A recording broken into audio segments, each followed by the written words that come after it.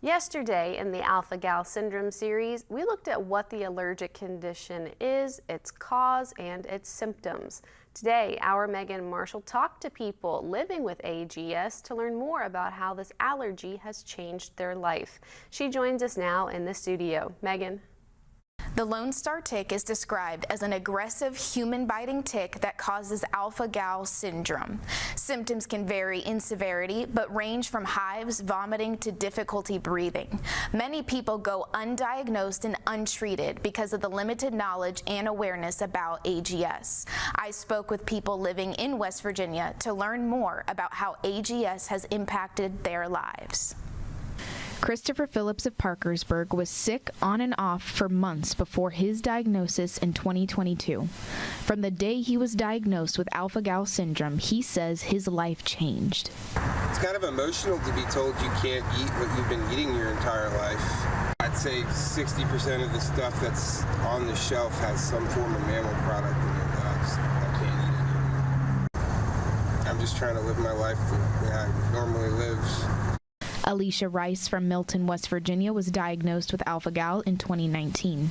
I had spent a total of about 6 weeks on the West Coast, and that night I woke up and I was itchy, and I'm like, what is this? Well, when I got in the light, I realized I had hives, which I'd never had in my life before. Alicia says that her reactions to AGS have been mild.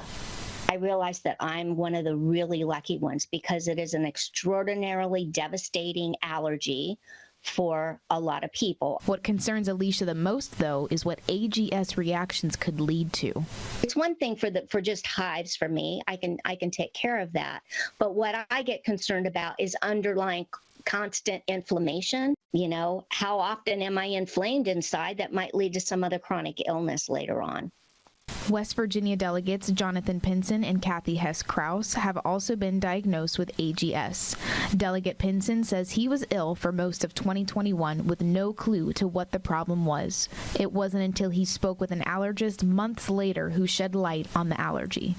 And he began to explain to me what alpha-gal was. And I realized that that really matched a lot of the symptoms that I was having. So he took a few vials of blood and in 2 weeks called me back and said that I had tested positive for alpha-gal. The largest strain has been on his family. We have 6 children in our home. It's not just a matter of me having to choose something different for what I have for dinner, but now my wife having to choose to prepare different meals for our entire family.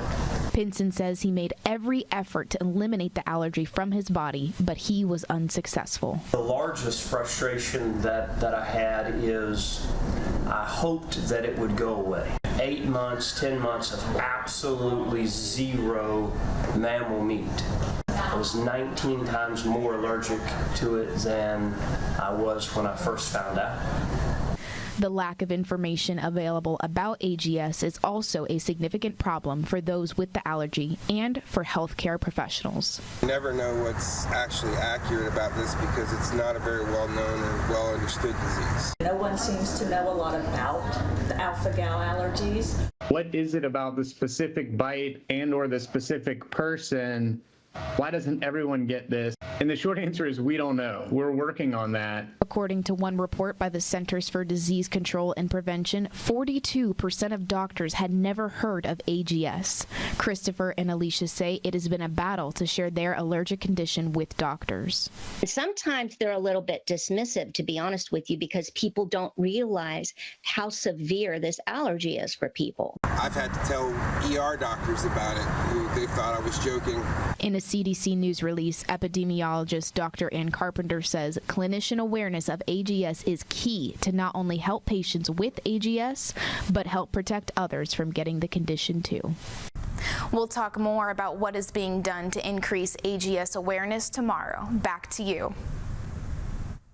Thank you, Megan. You can read more about this story of AGS by heading over to WTAP.com.